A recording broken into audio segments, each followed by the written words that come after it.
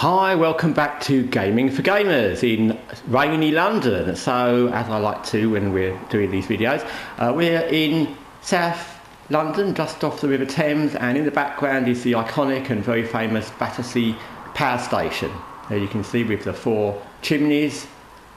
It's all very cool. It was derelict for many years and they've redone it up and it's all really fancy now. But anyway, that's not what this video is about, but I like to give a reference point to anyone watching because we're in London and I'm in London. So anyway, today's video is about why game publishers don't allow access to games before you buy them to individuals, and what I mean by that is a demo. I saw something recently. It was about a independent game from an indie producer, and they were allowing access to the game. I can't remember the length, it was probably about an hour before anyone bought it, because you could play it, decide if you like it, and then decide if you wanted to spend your money on it. And I thought, that's really cool. Why don't all game publishers, especially AAA publishers, because AAA games, as we know, are very expensive, and that's not counting all the tie-ins and skins and DLCs, why don't AAA publishers do that? And all it would be was they wouldn't have to spend any more money, because the in-game parts they would use would just be part of the game we already made. And there are occasionally on PlayStation, I can't speak for Xbox, I don't have that, but there are occasionally on PlayStation demos for different games.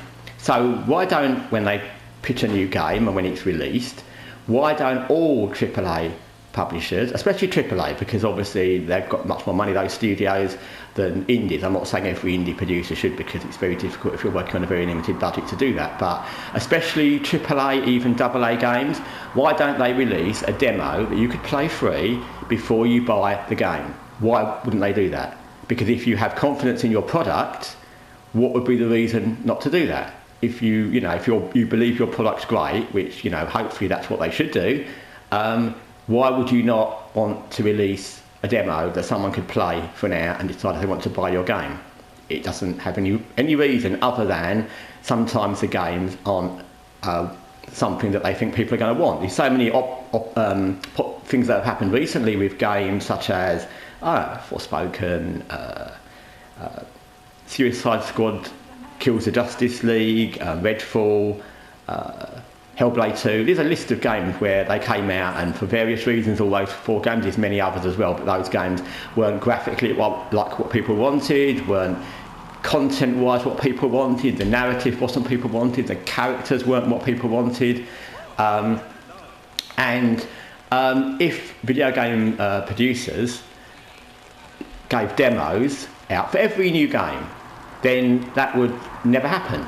Because anyone who wanted to buy Forspoken or any of those games, and other than just picking those 4 because they come to mind, Redfall, doesn't matter, you could buy the demo for an hour, play it, and then in that hour you could decide if you liked it or not. And why would they not do that? And the reason, and I'll give you my take, if you have a different take then please feel free to comment, is because they know, number one, that they don't have a product that's probably going to go down well. So once you've bought it, especially if you buy things on PlayStation, I know that Valve and Steam refund if you've not played it and you've had it for a certain amount of time, but PlayStation don't.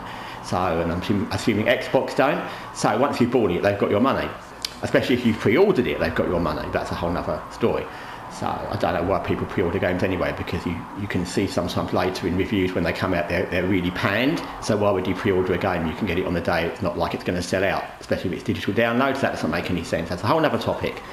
And the reason they wouldn't do it with a game they really do have confidence in, and of course it's games that people know, publishers know, are going to be very good, is because once they set the bar that they're going to do demos for good games, then if they don't do a demo for another game, people are going to say, why isn't there a demo for that game? So it should be industry standard, especially with AAA games, that there's a demo before the game, when the game is released. It could be slightly before, but okay, on the day of release there's a demo for an hour, whatever, that you can play free and decide if you like it. It would stop people whinging and whining so much, a lot actually, about games they've spent money on that they didn't like, because if they played it an hour they could reasonably tell what the characters, what the story, what the content's like, what the graphics are like. And they can also tell whether it's buggy, because in an hour you can usually tell whether a game's going to get really buggy. And also it would give publishers the option to say, well, we're not refunding you and we don't really care what you said because you played the demo. So it would work both ways if publishers had confidence in all the products they make, but because they don't, they won't do that, because even if they did it with one game that they think they've got that's really great, there's another game they know in advance, and of course all these games I've mentioned earlier, they knew they weren't going to go down well. Some of them had development problems, some of them they just probably knew that they didn't really know what they were doing with them, and of course they wouldn't, because then the games that aren't good, they would have to do that for as well, or if not, it would be so obvious when they didn't release a free demo that there was something wrong with the game.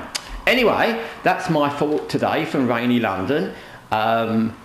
It's funny how in gaming there are so many things like releasing games with bugs, and we kind of accept that, or we don't accept it, but it happens. Whereas if you release cars or TVs or anything else, microwaves with faults, we go mad, we complain. It's amazing how so many things are things that in other industries we wouldn't accept. The same with demos. There's so many things you can buy, whether it's from a car you can take a demo, or you can buy most products from stores in this country. I can't say for every country. And if you don't like the product, you're not satisfied with it for some reason, you can take it back. Even with Amazon, you can send things back. So it's funny how in gaming there are so many things that in all other industries are standard, but in games they're not.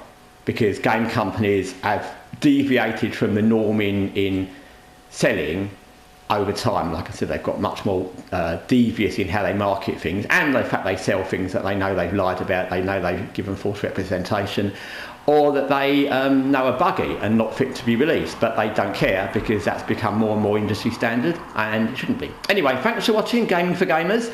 Until next time, from rainy London.